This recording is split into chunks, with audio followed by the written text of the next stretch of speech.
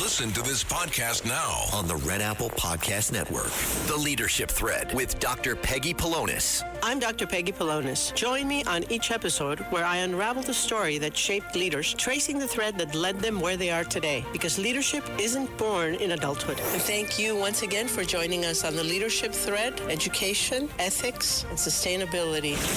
Download all of Red Apple Media's podcasts right now through your favorite podcast platform. Listen, all you New Yorkers. Excuse me. Taxi. Okay, man, we're looking around. This is the 77 WABC minicast. I love this song. Lou, you're the best. You know that? Lou Rufino. Jimmy Leinart says, my head should be on Mount Rushmore. That's a bit much, but thank you, Jimmy. Let me get to the Queen's Councilwoman, who, again, is going to get a lot of help with this. They all warned their teammates on the council, don't you dare go on that guy's show. But then almost all of them texted me and said, book me this week. Vickie Paladino here this morning. Vickie, good morning. How are you? Hey, good morning, Sid. It's a beautiful day in the neighborhood, isn't it? I mean, I think it is. Listen, we're at war, so that's always a bit of an issue. But I know you would agree that killing the Khomeini and eventually stopping this regime from killing innocent Iranians, Americans, and Israelis and others all over the world, I think you'd agree, Vickie Paladino, despite what some of your friends think, this is a very noble mission, yes? Oh, absolutely, and don't call them my friends.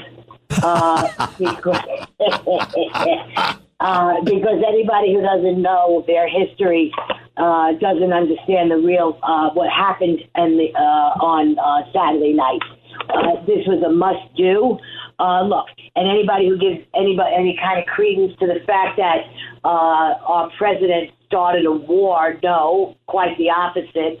Our president did everything in his power to possibly stop a war. This is not yet considered a war. This is called taking out evil and the worst kind of evil. I remember 47 years ago, Sid. I was 22 years old, 23 years old, and I remember when they took out the Shah. And before that, when Shah was in power, it was a Western civilization. The women, the way they looked like us, they walked around stores. It was an economic boom. It was a beautiful, place. And then the Ayatollah comes in. I met a family that at that particular time who was moving to Great Neck. They left everything there. A very rich, powerful family. And they left everything in Iran to come here, and they moved to Great Neck. So it's a long, ongoing story. Yep. But terror has now been in that. They killed him. I mean, isn't what we're supposed to do now? I don't want to hear about taking over regimes. Yes, maybe we are, but let me tell you something. That was not a regime. Okay, that was a vile, evil, destructive. They just killed 30,000 of their own people 2 months ago. Some people's memories are but these Democrats, they'll go, that's not our problem. Trump promised us no wars. They're really horrible people. But like you said, he didn't start this war. This war started 47 years ago, and despite many presidents, including Democrats, saying they were going to fix it, he's the one guy to fix it. What angers me, Vickie, is your friends, I know it's the wrong word, people in the city council that are Democrats, and the mayor and the governor and assembly people and borough presidents. If Joe Biden had the balls to do something like this, and not only did Joe Biden not do it, he did the complete opposite. He funded Iran. He gave them $6 billion so they can fund the Houthis and Hamas. If Biden did this, they'd be calling him a hero. But because Donald Trump did it, they hate it. Who do they think they're kidding? They are kidding no one but themselves. And I'll tell you, at the last stated meeting, one of my colleagues referred in general orders at the end of the stated meeting. He claimed that Trump was a pedophile, called Trump a pedophile on the record. Yeah, you know why? Because, and I'm being called that on my page today, too, because I'm friends with Trump. You must be a pedophile. Because Sonny Hostin, who should be sued and taken off television, told a story about Trump and a 13-year-old girl that's not even true. It's not even true. It's just amazing. I spoke at the Monday meeting last night, and we go for dinner. They serve you dinner afterwards. And we talked about our messaging and how the mainstream media has so sabotaged us and the true message. You know, whether we like it or not, people still listen to channel 2, 4, 5, 7, 11 here in New York, and they get their news from mainstream. The Republican Party really needs to get their message out in a much better way. We do not get our message out, whether it was Prop 1 2 cycles back with boys and women and girls locker rooms, whether it comes to this, anything to do with what we do, what this president has done, which has been amazing in 1 year's time, amazing, and yet the messaging is getting all screwed up. It's time for the Republican Party, the National Republican Party, to put their hands in their pocket and start to get our messaging out the right way. We really need to do something about this because the midterm elections are coming up. And, this all has got to be talked about. But enough talking. Action is required. You know, when they start to come after your First Amendment rights, Sid, and they have all the rights to say whatever they want, call the United States, our president, a pedophile on Chambers' floor is disgusting. No respect. No, nothing. They could wave their Palestinian flags. They could chant death to America. That's freedom of speech. Do that over there.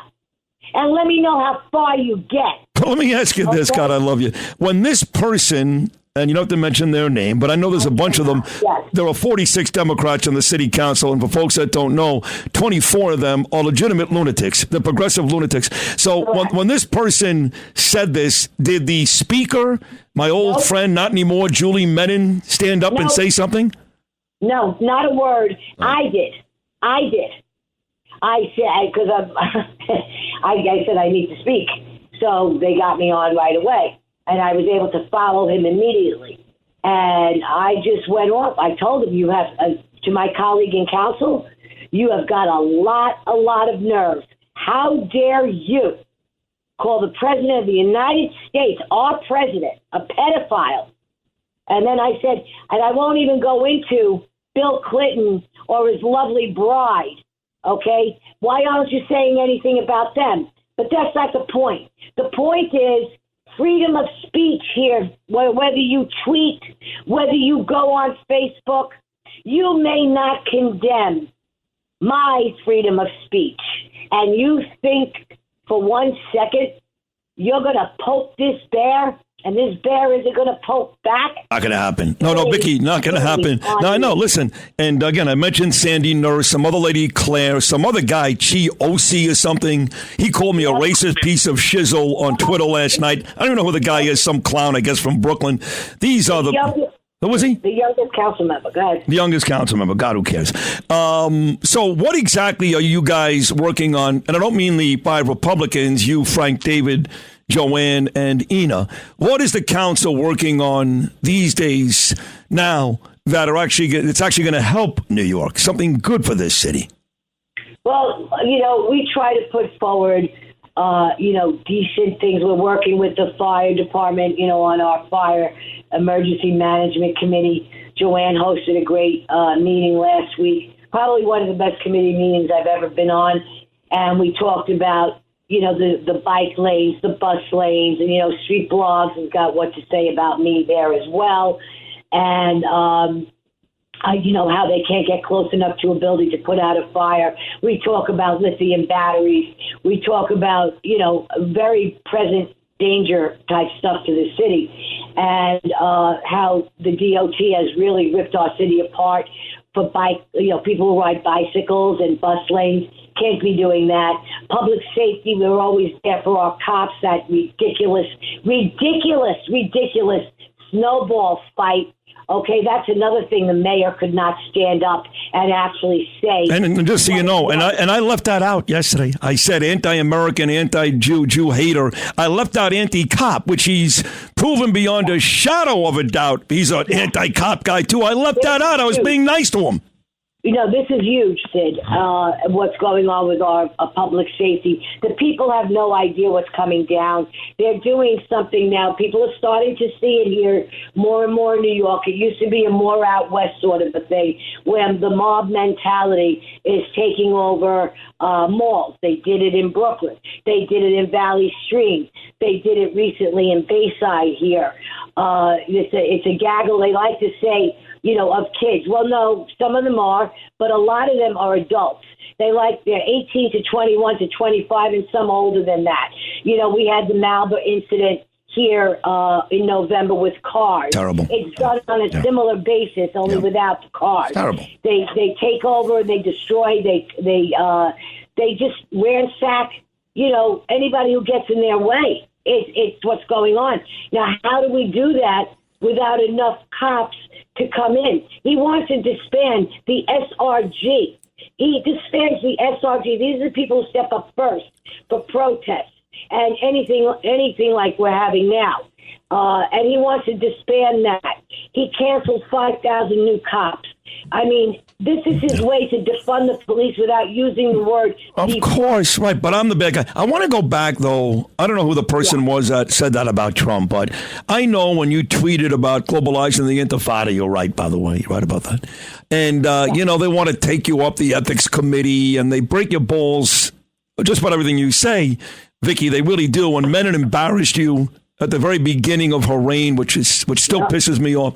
But I'm just curious. So this jackass, and I'm not sure if it's a man or a woman, I don't care, who called President Trump a pedophile in your chamber, the city council, is the ethics committee going to look into that person too, or just your tweets?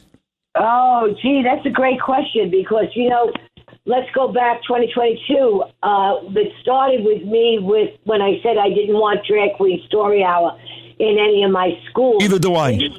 They've been gunning for me for a long time, and now with the new mayor and new mindset that's come into the city and the reality that's now setting in on people, between his 9.2% property tax increase amongst the police, the fire, everything he's doing, my tweets reflect what's real. What is going on? Now, are they going to go after my comrades in council? Okay, my colleagues in council? Well, that's yet to be determined, Sid. But I made my stance very, very clear. And my stance is this. Don't poke the bear.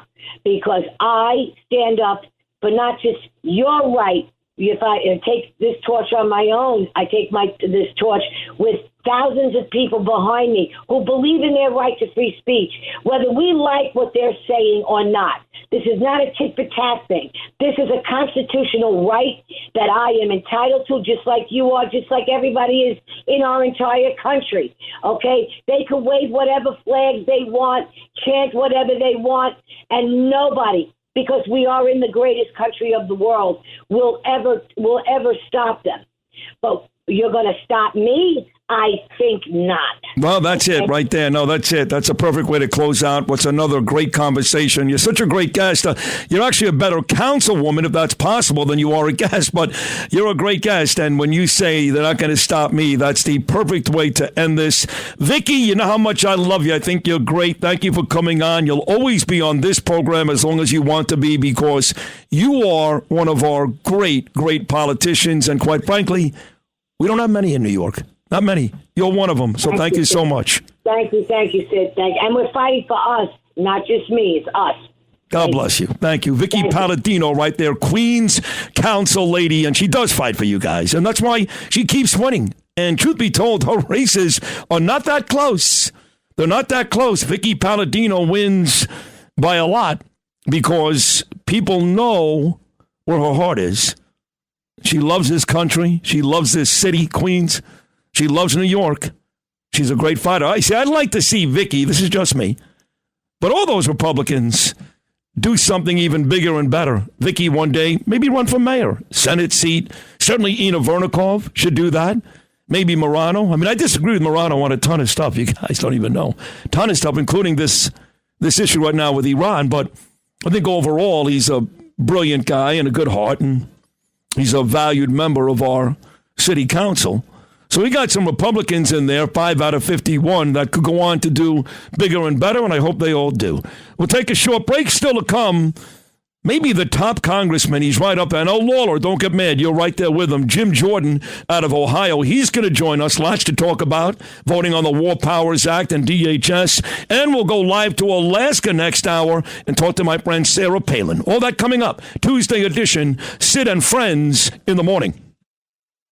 Rural Americans deserve access to the best our nation has to offer, especially when it comes to health care. Across every state and every community, America's rural hospitals are the first line of defense, protecting our families, neighbors, and loved ones. No matter where you live, hospital care doesn't clock out. They're there 24 hours a day, 7 days a week, 365 days a year. Each year, America's over 5,000 hospitals care for millions of patients, providing 24/7 emergency care, delivering babies, cancer treatments, and other life-saving care that patients rely on. Behind every one of those patients are doctors, nurses, and caregivers working tirelessly to keep people healthy and safe. Hospitals are our community's lifelines. They employ our neighbors and keep our families' health. But now, some in Congress are threatening access to care. Tell Congress, protect patient care to keep America strong. Don't cut rural health care.